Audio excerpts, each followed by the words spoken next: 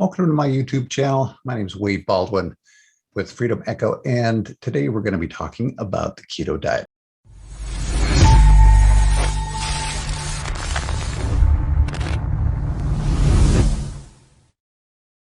What is the keto diet? There's so many different lifestyle options out there, and sometimes you feel like juggling. And, how do I make the decision on what I should choose for me? And so it's not about right or wrong, and it's not about what's right for you. Only you can determine that. So I'm going to go through some explanation on what the keto diet is, ketogenic, ketosis, benefits, cons, who might benefit from it, etc. And then, of course, it's up to you to figure out what's best for you and make that educated decision, do your diligent research, and if appropriate, work with a medical professional as well. So before we get into a lot of details, where does the keto diet actually come from? And while it stems back from, ancient history, and a lot of that's primarily because of what there was to eat, which was some vegetables and fruits and a lot of protein. Basically, that's what, the cavemen were eating. But in recent history, it actually gained its popularity as a effective treatment in the 1920s for people with epilepsy. So it was a effective method for people to help manage and reduce the seizures that they would experience. And so it really took off from a popularity perspective in the 20s. And then as medications came out, certainly rapidly started to lose popularity, because if you can take a pill and not restrict your diet, but for the folks that didn't get the benefits from medicine, studies showed about 20 to 30%, and also some children as well, they still, if weren't getting the benefits from medication, could still get benefits of reducing and managing their seizures by utilizing the keto diet. And then in the 1970s, some further studies were done and more understanding about ketones, where the ketones come from, and how they affect the body, benefits, etc.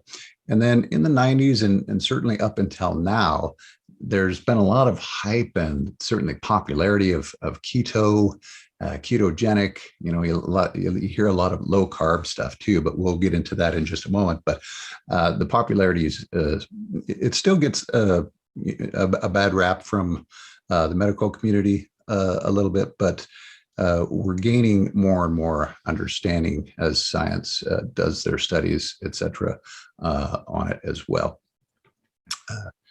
But what is ketosis? What are ketones? So there's two types of fuels that the body actually uses as fuel. So glucose, which is primarily what the majority of people are in sugar burning mode, essentially, and glucose is broken down from carbohydrates that you eat, and then that's what the body uses for its fuel. Then you have ketones, which is from eating fats and also burning stored fat. And so you're in fat burning mode by utilizing ketones as your source of energy. So that's where the term ketogenic and keto diet actually comes from.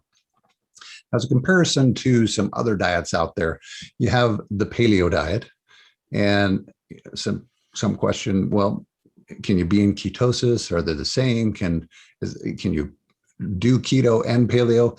And the answer is you can actually be in ketosis while doing the paleo diet, but they're quite a bit different as far as what the restrictions are. Because on the paleo diet, you're restricting and excluding dairy, grain and bread products, and then processed food as well. And on the keto diet, you're eliminating a good number of fruits and vegetables and stuff that you might eat if you're actually on the paleo diet. Then you have what's considered about the opposite of what the keto diet is, which is a high carb diet. And so on a high carb diet, you're actually eating about 80% carbs and 10% fat and 10% of protein.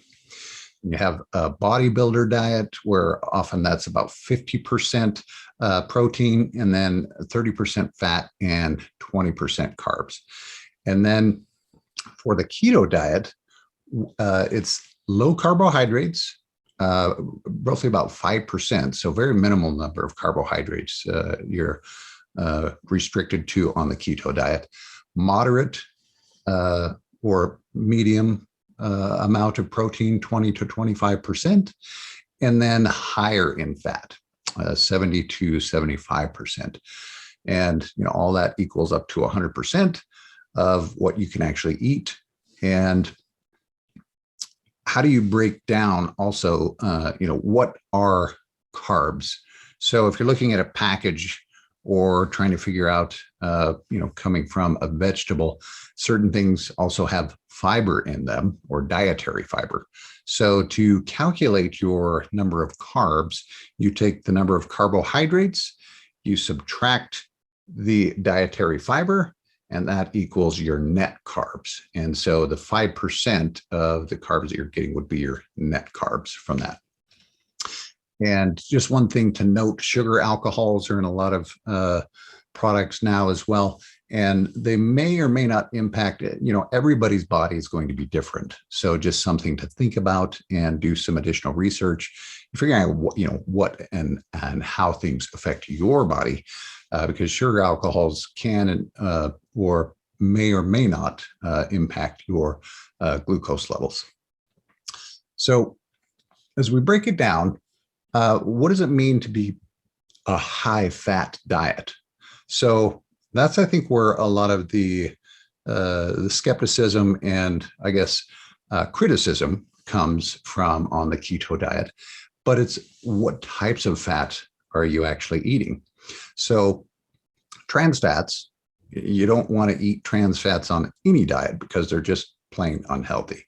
They're unnatural, man-made, processed, and fried foods, basically. So you're not going to be eating any fried foods or trans fats on the keto diet. But then we have the other two. You've got saturated fats and unsaturated fats. And so the saturated fats get a lot of criticism as well. But studies more recently have shown that if you're actually eating grass-fed, then the saturated fats aren't actually as much of a problem, because at one point too, they were saying that saturated fats can lead to heart disease, where actually it's inflammation. So inflammation is actually what leads to heart disease. So depending upon what can impact your inflammation and potentially your cholesterol levels. But the keto diet is basically 20% coming from protein. So you've got meat, eggs, and cheese. And, what are some healthy fats that you might see eating on the keto diet? You've got, nuts, butter, avocado, certainly recommended grass or organic is certainly the coin phrase now, because you're going to limit the inflammation if you're eating just higher quality products. Now we talk about the 5% of carbohydrates. Ideally, those would come from vegetables, and certain vegetables have higher content of carbohydrates. So if you think the green vegetables are going to be the lower carb vegetables and the ones that would be the best if you choose to do the keto diet. So what are the benefits of ketosis? Ketosis means that you're in fat burning mode and you're actually utilizing that fat as energy. So you're either working off the fat that you're intaking or you're burning that stored fat. And you do have to have why it's a high fat diet. Without the adequate amount of fat in your diet and in your body, then you may or may not be in ketosis and fat burning mode. But the benefits obviously are weight loss. Being in ketosis has a lot of evidence showing potentially the most rapid fat loss results, and also reduced appetite. So you're feeling less hungry because your insulin levels are also reduced, and so less cravings. A lot of people that do the keto diet also claim mental clarity and healing. So it can actually kill cancer cells, reduce blood pressure, improved insulin levels, improved blood cholesterol and triglyceride levels. And while there's not a lot of proof out there for this, there are some studies that actually show that you can reverse type 2 diabetes with the keto diet, but that's certainly something that could have potential risks. So definitely do diligent research, and there's something to watch out for, which is ketoacidosis as well. So not going to get into that in this video. All right, let's talk about the pros of the keto diet and who the keto diet may actually be a good option for potentially. So people that suffer from epilepsy, you can utilize the keto diet to actually help manage and reduce your seizures. Weight loss obviously is going to be certainly a big one because you can get rapid and quick weight loss. If you're looking to reset your appetite center, another great thing there as well. There's been studies to show benefits for Alzheimer's and other neurologic or neurodegenerative diseases. Bodybuilders or endurance athletes also can benefit from the keto diet to rapidly shred some of that fat. All right, so what are some of the cons about the keto diet, or who might the keto diet not be the right choice for potentially from a risk perspective? It's a restrictive diet, so difficulty in maintaining that, but any restrictive eating lifestyle certainly has those challenges as well. So I'm not sure if it's more or less than any of the other restrictive diets out there. Getting and staying in ketosis can certainly be a challenge. If you're monitoring and measuring that, you can certainly overcome that, but that's something to take note of as well. From a nutrient perspective, there's been concern over are people on the keto diet getting the necessary nutrients? So there's supplements and vitamins that may need to be paired with the keto diet if that is an issue or concern. The keto flu. So the keto flu is what some people experience when first getting into the keto lifestyle or trying the keto diet, because you're switching your body over from glucose or sugar burning mode over to using ketones for energy and fat burning mode. So some of the symptoms described are fogginess, flu-like symptoms, aches and pains, groggy, lack of energy. Usually lasts, a couple of days at most. So it is a temporary thing. And then folks that either have kidney or liver disease, muscular dystrophy, type 1 diabetes, are prone to kidney stones, have hypoglycemia. If you're pregnant or nursing or have gestational diabetes, if you're naturally thin and have a BMI less than 20, and if you suffer from mental health problems as well, it's not recommended the keto diet for those individuals. So I hope this video has been helpful. And if it is something of interest to you, please do your diligent research and consult any health professionals necessary before making those changes. I personally am a big fan of the keto diet. It was successful for me.